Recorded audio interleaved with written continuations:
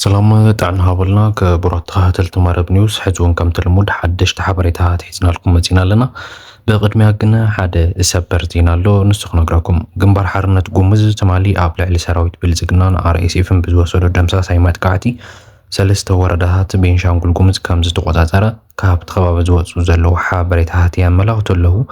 كم زفلت أبز حلف سمون سراويت منكس السودان بزوسدو مدقعتي عطوات RSF بلزقنان بمدمساس كورموكس تبهالت استراتيجيكويت كتما مقصصارو يفلطيو نايز مقصلتا دما لومي حيلتات كنبار حارنت كومز سفيح مدقعتي بمفناو عاول حيلتات بلزقنان حيلتات RSF عبي زبال كسارا بمورد سلسته وردهات كم تقصصارون اتن وردهات سومن دما موو كومو هوموشا دالي دانشين زباله سلسته وردهات ملو بملو خمس تقاطعرو يوتي زوت زل حبريتا زملخت له خبرت تخاتلتي هم تفلت ابز حلف سمون اب كبابتات ناي دوب ناي ኢትዮጵያ ናይ ሱዳንን ዘሎ ዞባ ብሉ ናይል ተባሂሉ ዝፍለጥ ከባቢታት ዓበይቲ ውግኣት ከም ዝነበሩ ዝፍለጥ እዩ ናይዚ መቐፀልታ ክኸውን ዝኽእል ድማ ሕዚ ናይቲ ኣብ ዝሓለፈ ናይ ኩርሙክ ዝበሃል ስትራቴጂካዊት ከተማ ምትሓዝ ኣስዒቡ ሕዚ እቶም ናይ ጉሙዝ ሓይልታት ሰፊሕ መጥቃዕቲ ብምኽፋት እዞም ኣባል ጽምዶ ዝኾኑ ሓይልታት ክሰፊሕ መጥቃዕቲ ከፊቶም ነቶም ናይ ብልጽግና ሰራዊት ብምድምሳስ ኣብኡ ዝነበሩ ተረፍ መረፍ هاديموم زنورو ناي RSF حيلتاتون بملغام سلسته وردهات كم تقاطعرون توم في خبابي زنورو عطوات ناي بلزقنا ناي RSF ندما ناب اسوسا كتما ناي بينشانغول غومز كلل كتما نا خمسه هادمون يزوص حبريتا زملخت له خبرات تخاتلتي ازو تراي يكون اب زتفلالي خبابتات اب العلم مكلكيوي قبل العلم بلزقنا زبصح زلو سعرات ببغزيو نحسفحنا عبي يمص زلو بمطنهم بصفحته النعبي يمص زلو شنفات بلزقنا دما اب لو معندهم بمقصل اب حيلتات فانو زغبر زلو ናይ ምጥምጣም ውግእ ኣሎ እቲ ውግእ እዚ ድማ ኣብ ከባቢታት ጎጃም ዝካየድ ዘሎ ዝተኻየደ ውግእ እዩ ኣብዚ ውግእ እዚ ከዓ ሰፋሕቲ ዝበሃሉ መጥቃዕታት ብሓይልታት ፋኖ ኣብ ልዕሊ መከላከያ ከም ዝተፈጸሙን ሓይልታት መከላከያ ድማ ኣብ ዝተፈላለዩ ግንባራት ዓበይቲ ስዕረታት ከም ዝበፅሖምን ክሳብ ናይቲ ግንባራት ናይቶም ሓይልታትን ናይ ሬጅመንትን ናይ ኮረን ኣዘዝቲ ድማ ከም ዝሞቱን ናይ መከላከያ ሓይል ድማ ብዝረኸቦ እናተበታተነ ይሃድም ከም ዘሎን ዝተፈላለዩ ከባቢታት ድማ ኣብ ትሕቲ ቁጥጥር ኢድ ፋኖ ኣትየን ከም ዘለዋን ይጽሕ ዘሎ ሓበሬታ ኣመላኺቱ ዘሎ خبرات ተኸታተልቲ ሕዚ እውን እታ ናይ ብልጽግና ፀሓይ ተዓርብ ዘላ ትመስል በብኸባቢኡ በብግንባሩ ዝግበሩ ዘለዉ ውግኣት ናይ ብልጽግና ሓይልታት ሕዚ እውን ዓወት ክረኽቡ ኣይከኣሉን ዘለዉ እቲ ናይ ጉሙዝ ዘሎ ናይ ሰለስተ ወረዳታት ከም ዘለዉ ኮይኑ ብሓይልታት ፋኖ ድማ ኣብ ዝተፈላለዩ ከባቢታት ናይ ኣምሓራ ማለት እውን እቲ ዓበይቲ ዓወታት ተሓፊዝዎ ዘሎ ሕዚ ድማ ኣብ ከባቢ ጎጃም ከም ዝኾነ እዩ እቲ ዝበፅሕና ሓበሬታ ኣቃሊዑ ዘሎ ማለት እዩ خبرات ተኸታተልቲ እቲ ናይ RSF ሓይልን ናይ ብልጽግና ሓይልን ሕዚ እውን ከም ላስቲክ እናተሸኽለለ ትሒዝዎ ዝነበረ ከባቢታት እናለቐቐ ይሃድም ከም ዘሎን ኣብቲ ናይ ብሉ ናይል ከባቢታት ዝበፅሖም ሽንፈታት ንምክሓት ድማ ከም ብሓድሽ ንድሕሪት ኣንሳሒቦም ሰራዊቶም ይደራጅውን ከም ብሓድሽ ሰሪዖም ናፍቲ ከባቢታት ናፍቲ ሒዞሞ ዝነበሩ ብሓይሊ ዝተመንዝዑ ቦታታት ንምውፋር ይዳለዉ ከም ዘለውን ዓበይቲ መሳርሕታትን ዘመናዊ መሳርሕታትን ድሮን እንተኣማሚኖም ድማ ካልኣይ መጥቃዕቲ ንምፍጻም ይዘጋጀው ከም ዘለውን እቲ ዝበፅሕና ሓበሬታ ቃልዑ ዘሎ ክብረት ተኸታተልቲ እዚ ኣብ RSF ብልጽግናን ዝበፅሕ ዘሎ ስዕረት ዓብይ ሕፍረት ጉልባብ ሕፍረት ኮይኑ ኣብ ልዕሊ ጽምዶ ድማ ዓብይ ዓወትን ቀጻሊ ገስጋሳይ ዝኾነ ዓወታት ኣብ ቅድሚትና ከም ዘለዉ ዘርእን መረጋገፂ ከም ዝኾነን እዩ እቲ ዝወፅ ዘሎ ሓበሬታ ዘመላኽት ዘሎ خبرات ተኸታተልቲ እዚ እውን ናብ ኩሉ ማሕበረሰብና ንኽበፅሕ ሼር ክንገብሮ ይግባአና እቲ ሕብረተሰብና ብዚ ሓበሬታታት ኩሉ ኢንፎርምድ ኮይኑ እቲ ንቅድሚት ክመጽእ ዝኽእል ነገራት ንምግማት ከምኡውን ከጋጥሞ ዝኽእሉ ሽግራት ብዓወት ፈንፂሑ ንምሕላፍን እቲ ከጋጥሞ ዝኽእል ናይ መኸተ ግዜ መዓዝ ከም ዝኾነ ኢሉ ንምግማትን ዝኣክል ሼር ምግባር ኣይትረስዑ ክንብለኩም ንደሊ خبرات ተኸታተልቲ ናፍቲ ናይ ቀጻሊ ሓበሬታና ካሕልፈኩም ከለኹ ከዓ ምድላውን ጥንካረን ሰራዊት ትግራይ ዘደንገጾ ሓይሊ ብልጽግና ብዝተፈላለዩ መንገድታት ስም ሰራዊትን ኣዘዝቱን ከጥፍእ ስሩዕ ፕሮፓጋንዳ ጀሚሩ ይርከብ እዚ ብዝርዝር ክሪኦ ኢና ቅድሚያ ግን ኣብዚ ሰሙን ብኣፈኛሃትን በቲ ናይ ብልፅግና ሚድያታትን ዝውዛዕ ዘሎ ዘይጭቡጥን ዘይመስልን ናይ ስምዑልና ፕሮፓጋንዳታትን ጃህራታትን ከደህስሰኩም እየ። እዚ ሓበሬታ እዚ ፕሮፓጋንዳ እዚ ንእሽተይ እውን ከስሕቅ እውን ዝኽእል ፕሮፓጋንዳ እዩ። ኣብ ምድሪ ዘየለ ዘይተገብረ ዘይተነገረ ዘይተነግረ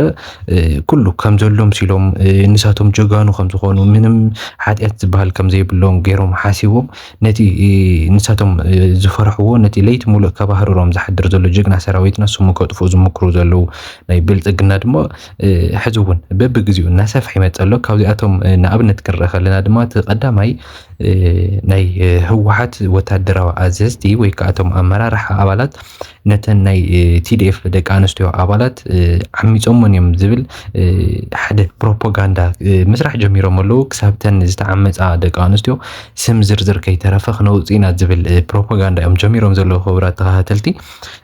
ጂኦግራፊስያ ባዕላ ወቂዓ ባዕላ ተእዊ ከም ዝበሃል ሕዚ እውን ህዝቢ ትግራይ ዝበፅሖ በደል ዝበፅሖ ጀኖሳይድ ኮነ ተኻልኦት ወንጀላት እተን ደቂ ኣንስትዮና እተን ክቡራት ዋዕሮታት ደቂ ኣንስትዮና ወለድናን ኣሕዋትናን እንታይ ዓይነት በደል ብመከላከያን ብኻልኦት ምስኣቶም ዝኣተው ተደሪቦም ዝኣተው ሓይልታትን ከም ዝበፅሐን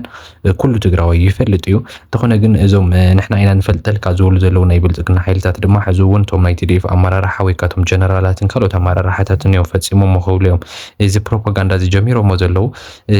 እዚ ስቂልካ ዝሕለፍ ነገር ኣይኮነን። ሕዚ እውን እቲ ሰራዊት ካብቲ ህዝቢ ከመይ ጌርና ክንፅሎ ንኽእል ዝብል ሓደ ፕላን ዝገበርዎ መፅናዕታዊ ፕሮፓጋንዳ እዩ ክቡራት ተኸታተልቲ። ሕዚ እዚ እውን ይሳኽዐሎም ድዩ ኣይሳኽዐሎምን ዝብል ሕዚ እውን እዚ ንህዝቢ ትግራይ ነቶም ጀጋኑ ኣባላት ቲዲኤፍን እንገድፎ ነገር ክኸውን እዩ። ምክንያቱ ድማ ዘይመስል ፃዕዳ ነገር ፀሊም ኢሉ ንዝከራኸረካ ሰብ እንተሃልዩ ምክንያቱ እቲ ጥፍኣቱ ካብ በዓል ስለዝኾነ ሕዚ እውን ንሕና ንህዝብና ንምንቃሕ ጥራይ ዝሓበሬታ ዜናባኹም ኣቢልና ማለት እዩ። እቲ ካልኣይ ድማ ቀይሕ ባሕሪ ቆሪፁ ዘስኣነና ህወሓት እዩ። ኣብቲ ግዜ ድማ ዘይተመረፀ መንግስቲ እዩ ነይሩ። ግዜያዊ መንግስቲ ድማ ኣብ ናይ ሃገር ጉዳያት ክውስን ኣይኽእልን ዝብል ሓደ ፕሮፓጋንዳ ጀሚሮም ኣለዉ። እዚ እውን ከም ትፈልጥዎ ብዛዕባ እቲ ኣብ ትግራይን ኣብ ኤርትራን ዝምዕብል ዘሎ ርክባት ስዒቡ ብልፅግና ብዙሕ ፍርሒ ዓሲልዎ ይርከብ። ነቲ ፍርሒ ንሱ ንምስትብባል ድማ ብናይ ደገ ኣጀንዳታት ወጢሩ ነቲ ህዝቢ ንምልዓዓልን ኣብ ልዕሊ ቀይሕ ባሕርን ዓሰብን እናበለ ድማ ነቲ ህዝቢ ኩሉ ግዜ ኣላዓዒሉ ናብ ኩናትን ናብ ወራርን ንምእታው ዝሓስቦ ዘሎ ከይዲ ከም ዝኾነ እዩ ዘረጋግፅ። እቲ ሳልሳይ ድማ ብዛዕባ ኣብ 27 ዓመት ሙሉእ ኣብቲ ናይ ኢህአዴግ ግዜ ካብ ዝተኣከበ ናይ ግብሪ ብላዕሊ ኣብ ውሽጢ ሓደ ዓመት ዝተኣከበ ግብሪ ይበልፅ ዝብል ሓደ ሓሳብ እውን ሓደ ፕሮፓጋንዳ እውን ነዚሖም ኣለዉ ክቡራት ተኸታተልቲ። እዚኦም እንታይ እዮም ዝብሉና ዘለዉ ኣብ ውሽጢ 27 ዓመት ዝተኣከበ ግብሪ 3 ትሪልየን ብር እዩ ነይሩ። እቲ ሕዚ ኣብ ውሽጢ ሓደ ዓመት ዝኣከብናዮ ግብሪ ድማ ልዕሊ 1.5 ትሪልየን ቅርሺ ከም ዝኾነ ኢሎም እዮም ተዛሪቦም ዘለዉ። እዚ ነገር እዚ ክንደየናይ ከስሓቅ ከም ዝኽእል እዩ ዘርእየና። ካብ ፕሮፓጋንዳ ነቱ ሓሊፉ ንእሽተይ ናይ ቆልዓ ፀወታ ዝመሰለሉ ዓይነት ኩነታት ኢና ንዕዘብ ዘለና ክቡራት ተኸታተልቲ። ሕዚ እውን እቶም ዝሕዝዎን ዝጭብጥዎም ዝስእኑ ዘለዉ ሓይልታት ብልፅግና ነዚ ነገር እዚ ከም ፕሮፓጋንዳ ኢሎም ሓሲቦም ኣምፂኦም ኣለዉ ናብ ሚድያ። እቲ ራብዓይ ክሪኦ ዝሓሰብክዎ ድማ ብዛዕባ ምዕፃዊ ሆርሙዝን ኮሪደር ልምዓትን ዝምልከት እዩ። ኣብዚ እውን ንእሽተይ ከስሕቅ ዝኽእል ዓይነት ነገር ለጢፎም ኣለዉ። ኣብዚ እንታይ እዩ ዝብል ኣብቲ ናይ ዝቕፅል ዘሎ ናይ ሆርሙዝ ናይ ኣሜሪካን ናይ ኢራንን ኩነታት ኣድሂቦም ንሳቶም ድማ ናብ ጥቕሞም ንምምፃእ ፕሮፓጋንዳ ንምንዛሕ ዝመከረሉ ሙከራ እንታይ እዩ ዝብል መሲልኩም? ዓለም በሆርሙዝ ማዕበል ስትናወጥ ኢትዮጵያ በራስን የመቻል ስትራቴጂ የሰላም ተምሳሌት ሆና ብቅ ብላለች ይብል። እግዚአብሔር ይርኢኹም። ኢትዮጵያ ሲ ኣብ ሰዓት እዚ ሲ እንታይ ዓይነት ናይ ዓርሰ ምርኮሳ ሃልይዋ እዩ ከምዚ ኢላ ዓለም ብናይ ሆርሙዝ ምዕፃው ክትናወፅ ከላሲ ንሕና ኣብ ናይ ዓርሰ ምርኮሳና ዓብይ ለውጢ ገይርና ዓብይ ናይ ሰላም ተምሳሌት ፈጢርና ገለ እዮም ዝብሉ ዘለዉ። መቸም እዚ ነገር እዚ ሕዚ እውን እንታይ ዓይነት ህዝቢ ከደናግሩ እዚ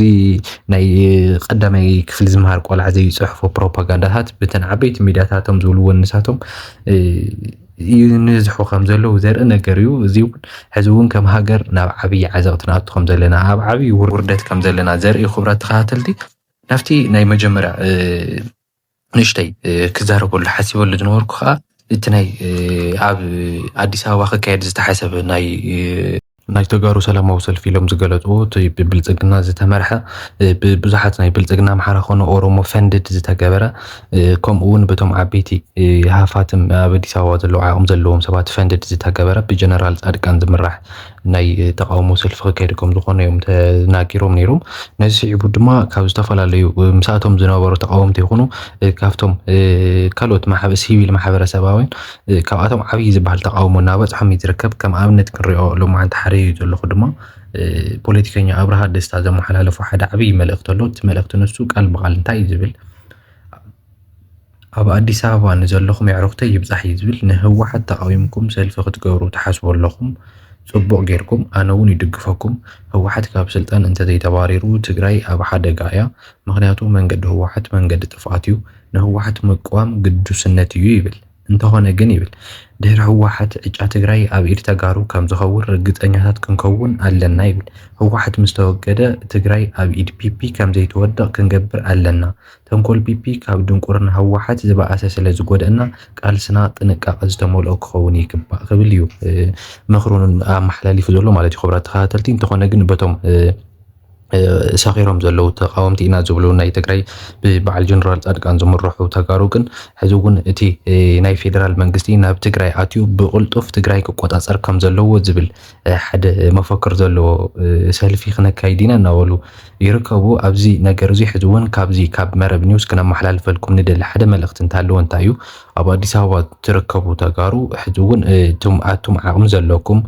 ኣቱም ተገዲድኩም ውፁ ዝተባሃልኩም ኣካላት ሕዚ እውን ዋላ ተገዲድኩም ኩኑ ናፍቲ ቦታ ንሱ ኺዱ ችግር የብሉን ተሳተፉ ኣብቲ ሰላማዊ ሰልፊ ኢሎም ዝፀውዕዎ ንሳቶም እውን ተሳትፎኩም መንበሩ ምክንያቱ ፅባሕ ንግሆ ንዓኹም ዝገደደ ተግባር ከይፍፅሙልኩም ንብረትኩም ሃፍትኩም ስድራኩም ውላድኩም ብኣቶም ቁማር ከይፃወትልኩም ሕዚ እውን ልብኹም ከም ልብኹም ሓሳብኩም ከም ሓሳብኩም ቅዋምኩም ከም ቅዋምኩም ናፍቲ ፖለቲካዊ ሰላማዊ ሰልፊ እንተትኸዱ ይምረፅ ማለት እዩ። ክቡራት ተኸታተልቲ ምክንያቱ ተምፅዎ መፍትሒ የለን ተምፅዎ ለውጢ እውን የለን ስለዚ ከድኩም ኣይከድኩም ዝመፅእ ለውጢ ስለዘየለ ኩሉ ተገዲዱ ዝኸደ ሰብ ተዝኸይድ ይሓይሽ ድሓር ልቡ ከም ልቡ ቅዋሙ ከም ቅዋሙ ማለት እዩ። እዚ መልእኽቲ እዚ ሕዚ እውን ካብዚ ካብ መረብ ኒውስ ከመሓላልፈልኩም ንደሊ ክቡራት ተኸታተልቲ እዚ ናይ ሎማዓንቲ ሓበሬታና ነዚ ይመስል ነይሩ። ናብ ኩሉ ሕብረተሰብና ንክበፅሕ ናብ ኩሉ ሼር ምግባር ኣይትረስዑ። ሰላም